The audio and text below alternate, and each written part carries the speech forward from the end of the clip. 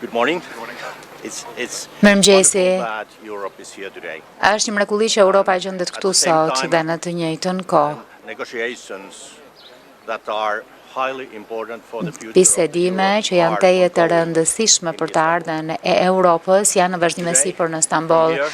Sot prej këtej duhet të përçojmë një mesazh të përbashkët të fuqishëm. Europa është krah Ukrainës. Mendoj që Europa ka vepruar në mënyrë vendimtare, me vendosmëri. Kemi pasur një zë të fortë. Na duhet një armë pushim, na duhen bisedime për paqe dhe një paqe që zgjat. Mendoj që tashmë topi është në fushën ruse. Nëse bisedimet nuk vazhdojnë, Europa duhet të gatshme të veprojë fort me sanksione të reja dhe me më shumë mbështetje për Ukrainën. Ky është mesazhi im kryesor. Po si mund të vendos më shumë presion Europa mbi Rusinë shpejt? Duhet bashkëpunoj me Shëbana, duhet një bashkëveprim dhe bashkërendimi mirë me Shtetet e Bashkuara të Amerikës.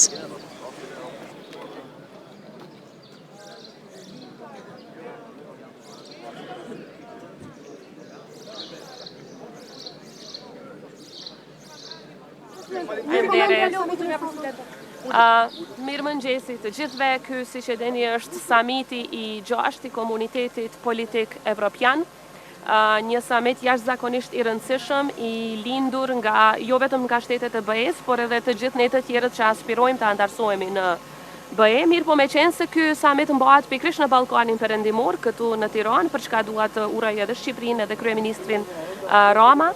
Është shumë e rëndësi që në fund të samitit të dalim edhe me një plan konkret se si do të ecim përpara shtetet tona drejt BE. Sa i përket Republikës së Kosovës, përkundër faktit që ne jemi 100% të linjëzuar me politikën e jashtme dhe atë të sigurisë së Bashkimit Evropian, fatkeqësisht ka një bllokat totale. Nga ana e BE-s nuk vlerësohen reformat tona, nuk vlerësohet puna jonë, nuk vlerësohet fakti që ne jemi 100% në përputhje me politikat e tyre, edhe sa i përket sanksioneve ndaj Rusisë dhe sa i përket politikave të tjera. Për fat të keq po jepet një mesazh shumë i keq për rajonin ton, se më shumë po hapet dera në raport me ata që po shkojnë në Moskë të Putini, sesa për ne që nuk shohim rrugë dhe alternativë tjetër për posë Zoja Osmani, keni shpresë sot për mesazhet dhe konkluzionet të këtij samiti, i cili mund të jetë në drejtimin e asaj çfarë ju pretendoni, që BE-ja të kthejë syt nga ju për të tërhequr vëmendjen për atë që ju pretendoni? Më shumë kemi kërkesë se sa që kemi shpresë. Kërkesat tona do të jenë të zëshme, jo për shkak të ndonjë arrogancë politike, por për shkak se e meritojmë dhe ne kërkojmë që ky proces të jetë i bazuar në merita. Ndërkaq sa i përket konkluzioneve, zakonisht samiti i EPC-s nuk është se ka konkluzione të forta politike apo veprime politike, megjithatë është një mundësi e mirë për ne që në një forum ku jemi të barabartë të bëjmë kërkesa.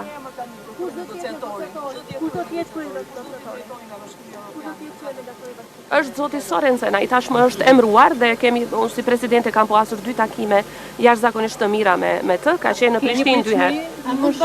Kam pritshmëri për më shumë, kam më shumë pritshmëri sa i përket një lloj balanci nga ana e BE-s, për shkak se siç e dini Kosova është nën masa, Serbia nuk është, dhe kjo e prish balancin, barazin mes palëve në tryezën e dialogut. Kam më shumë shpresë që edhe nga zonja Kallas, edhe nga përfaqësuesi i ri për dialogun do të shtyhet më shumë përpara heqja e masave dhe trajtimi i barabartë i palëve. Ne do të jemi konstruktorë të angazhuar. Bashkët me zoti Vuçin. Zonja Osmani, sa ndikon situata e brendshme në Kosovë? Mund të vazhdoj dialogu sa kohë që nuk keni zgjedhur ndërçi në qeverinë e Kosovës? Ju e dini që Kosova ka pasur zgjedhje me 9 shkurt, seanca e parë është mbajtur me 15 prill dhe dje është bërë një muaj nga përpjekjet për të zgjedhur udhëheqësinë e parlamentit si dhe qeverinë e Kosovës që vjen më pastaj. Besoj që do të ketë përpjekje akoma dhe unë i inkurajoj liderët politikë që për interes të qytetarëve dhe të Kosovës, në mënyrë që mos të humbasim dhe të dëmtohemi më shumë, të kemi institucione sa më parë që të jetë e mundur. Megjithatë, sa i përket krye negociatorit, Kosova ka krye negociatorin i cili akoma është fuqiplot, është zëvendës kryeministri i parë, i cili edhe nuk është se ka kandiduar apo se është zgjedhur deputet, pra ka kompetenca në mënyrë që të vazhdoj në qoftë se kërkohet nga BE-ja që të ketë një takim në nivel krye negociator. Në këtë moment që është Kosova, me këtë situatë që kemi brenda me samitin që bëhet dhe negociatori në liqë është caktuar për ju, çfarë i kërkoni Shqipërisë? Nga Shqipëria kërkojmë që të vazhdoj përkraja në raport me Republikën e Kosovës në disa aspekte. E para, që të vazhdoj të jetë e zëshme, siç ka qenë kryeministri Rama deri tani, për heqjen e masave të padrejta ndaj Kosovës, dhe e dyta që të flas sa më shumë dhe sa më zëshëm me shtetet që akoma nuk e kanë njohur Kosovën, në mënyrë që ato ta bëjnë një gjë të tillë, sepse mos njohja, sidomos nga shtetet anëtare të BE-s, po e dëmton jashtëzakonisht shumë Kosovën. Jo dialogu s'do të jetë temë sot, sepse ky është forum multilateral siç e dini. Faleminderit shumë. Nuk vjen takimi të kërkohet nga BE-ja një takim. Ka takime detale? Nuk ka. Jo, me fuqishi nuk ka asnjëherë në këtë summit takime dypalshe. Takimet dypalshe ndërmjet Kosovës dhe Serbisë, por edhe me ndërmjetësimin e BE-s, siç e dini, zhvilluan në Bruksel. Kështu që ky është një forum multilateral ku ne si Republikës së Kosovës synojmë më shumë të takohemi me liderët e tjerë, sidomos ata që duhet t'i bindim që të largojnë masat e padrejta ndaj Kosovës. Mendoni fakti që po bëhet për herë të parë në Tiranë një summit i tillë dhe që ju jeni prezent tashmë edhe pse keni ngërç mes Serbisë dhe Kosovës?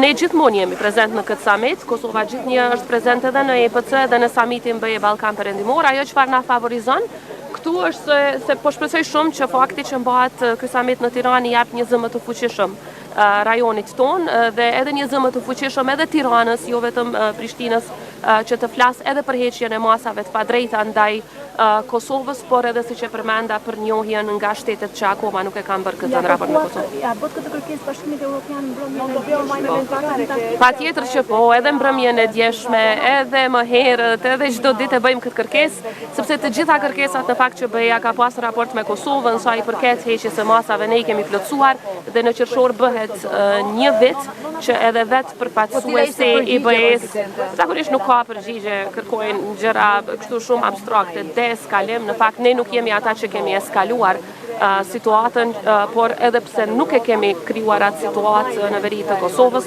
Kosova ka ndërmarrë hapat që janë kërkuar nga marrëveshja e Bratislavës dhe edhe vetë zoti Borrell që ka qenë HRVP më herët ka propozuar që të hiqen masa duke u bazuar në plotësimin e kritereve nga ana. Kishte një qendrim nga BE-ja për sa i përket vizitës së presidentit Vučić në Rusi?